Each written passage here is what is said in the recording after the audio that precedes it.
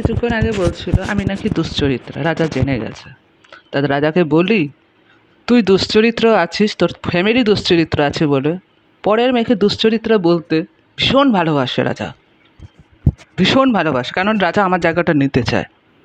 এই কারণে সব থেকে বড় কথা হচ্ছে ওইখানে যে রাজা আমার জায়গাটা নিতে চায়। সেই কারণে আমাকে দুশ্চরিত্রা যা পারে তাই বলতে থাকে, যা পারে।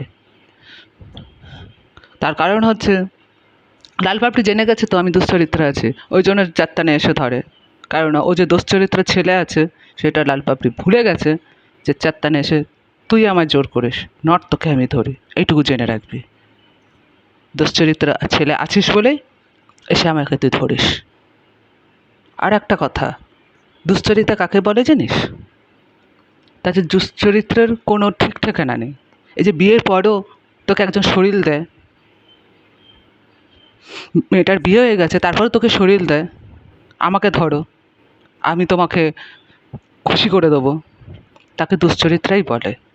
যে বর পেয়ে খুশি না, তাকে দুশ্চরিত্রাই বলে। কোয়েল ওর বরকে পেয়ে খুশি না, এই জন্য ওর দাদাভাইয়ের সঙ্গে সম্পর্ক রেখেছে, এই জন্য ওর দুশ্চরিত্রাই আছে। রাজার মেয়ে রাজার বিয়ে দিয়েছে কিন্তু ওর রাজার সঙ্গেই সম্পর্ক আছে, একে দুশ্চরিত্রাই বলে। না আমি চারটানে কারোর সঙ্গে গেছি, না থেকেছি, না কিছু করেছি, না চারটানে আমি জানি। আর একটা কথা জেনে রাখ, দুশ্চরিত্রা মহিলার সঙ্গে রাজা ওঠা বসা করে।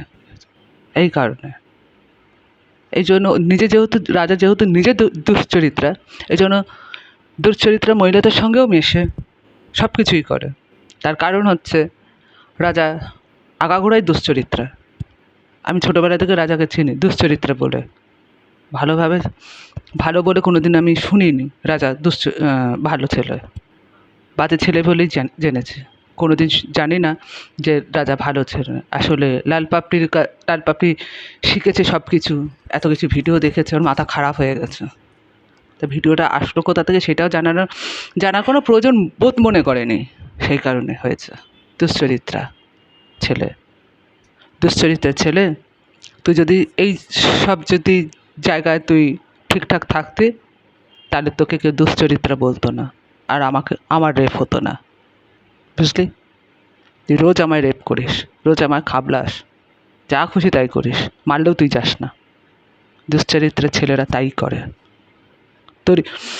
তোকে যে আমি বললে তুই যাস না, ঘাতার মতন পড়ে থাকিস, এটাই দুশ্চরিত্রের প্রমাণ। সবসময় তুই দিয়ে আসছিস, এখনও পর্যন্ত দিস। তুই যে দুশ্চরিত্রের ছেলে হয়ে গেছিস, এখানেই যে কারণ। আর একটা কথা জেনে রাখ, যে তুই আমায় বাঁচাতে আসিস, তুই ভাইরাল করিস, মিথ্যা কথা কেন বলিস? তুই যদি সত্যিই আমায় বাঁচাতি, তাহলে না বুঝতে পারতাম, তাহলে তুই আমার সামনে আসতে, যদি সত্যি আমায় বাঁচাতে। আর রাজা দুশ্চরিত্র মেয়েদের ভদ্রই বলে, কোনো সময় খারাপ বলে না, এটাই রিয়েল ঘটনা। আর রাজা আগাগোড়াই ওর বউকে আমার জায়গাটা দিতে চেয়েছে, সেই জন্য দুশ্চরিত্রার ছেলে দুশ্চরিত্রের মতনই কথা বলবে, আর যা পারবে তাই করবে, যা পারে তাই ভিডিও ভাইরাল করে, এডিট করে। আমারটা নিয়েছে, নিয়ে এডিট করেছে, করে নিয়ে ভাইরাল করে। ওকে যে কেউ কিছু বলে না, সবাই যে মজা নেয় এই জায়গায়, কারণটা যে ওখানে সবাই যে মজা পেয়ে গেছে, রাজা মজা দেখায়, কারণটা যে ওখানে। রাজা রেগুলার দুশ্চরিত্র লোকের সঙ্গে ওঠে বসে কথা বলে। পার্টি যে রাজা এখন বিজেপি পার্টি করে, টিএমসি ছেড়ে দিয়েছে, এই কারণে। রাজা যে কত বড় দুশ্চরিত্র ছেলে সেটা আমার থেকে ভালো কেউ জানে না, কারণটা ওখানেই। আসলে